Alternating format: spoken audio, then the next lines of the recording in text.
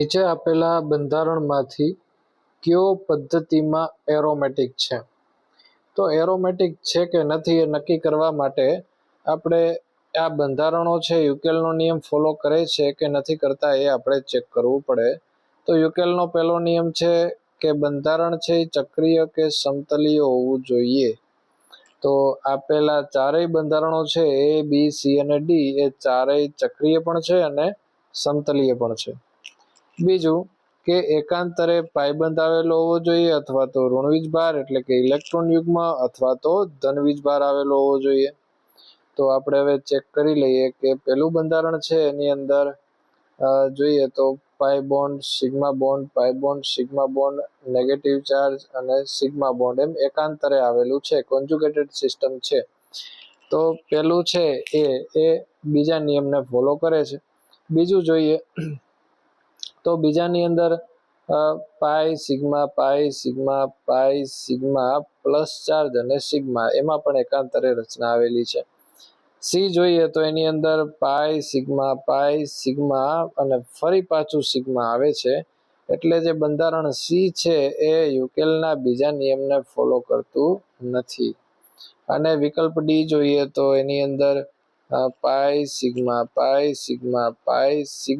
ઋણ વીજભાર અને સિગ્મા, તો ડી છે એને ફોલો કરે છે. હવે જોવાનું એ રહ્યું કે યુકેલના ત્રીજો નિયમ એટલે કે 4n+2 જેટલા પાઈ ઇલેક્ટ્રોન આવેલા છે કે નથી. તો 4n+2 પાઈ એટલે કેટલા ઇલેક્ટ્રોન? તો જ્યારે n ની જગ્યાએ આપણે 0 મૂકીએ તો જવાબ આવશે 2 પાઈ ઇલેક્ટ્રોન. જ્યારે n બરાબર 1 મૂકશું તો જવાબ રહેશે 6 પાઈ ઇલેક્ટ્રોન. અને જ્યારે n ની જગ્યાએ 2 મૂકશું તો આ જવાબ આવશે 10 પાઈ ઇલેક્ટ્રોન. એટલે આવી રીતે ક્રમશઃ આગળ વધતા જવાનું અને જોવાનું કે 2 પાઈ, 6 પાઈ કે 10 પાઈ ઇલેક્ટ્રોન જો અવેલેબલ હોય સંસ્પંદન રચનાની અંદર તો એ બંધારણ એરોમેટિક હોવાનું છે.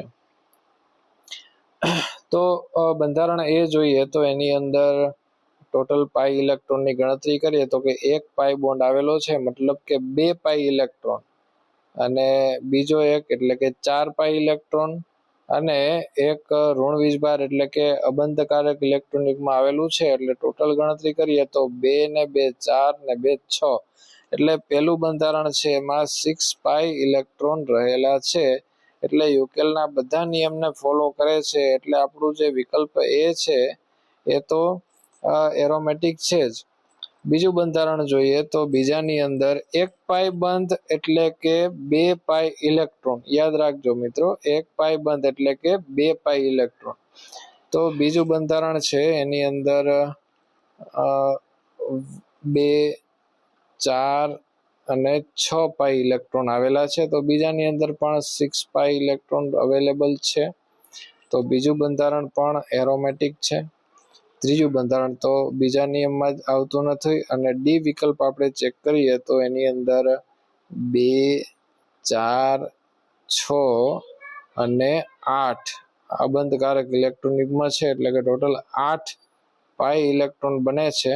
પણ 8 પાઈ ઇલેક્ટ્રોન છે યુકેલના નિયમમાં આવતા નથી. એટલે ફક્ત ને ફક્ત બે જ બંધારણ એ અને બી એ એરોમેટિક છે. એટલે સાચો વિકલ્પ છે 2, માત્ર એ એન્ડ બી.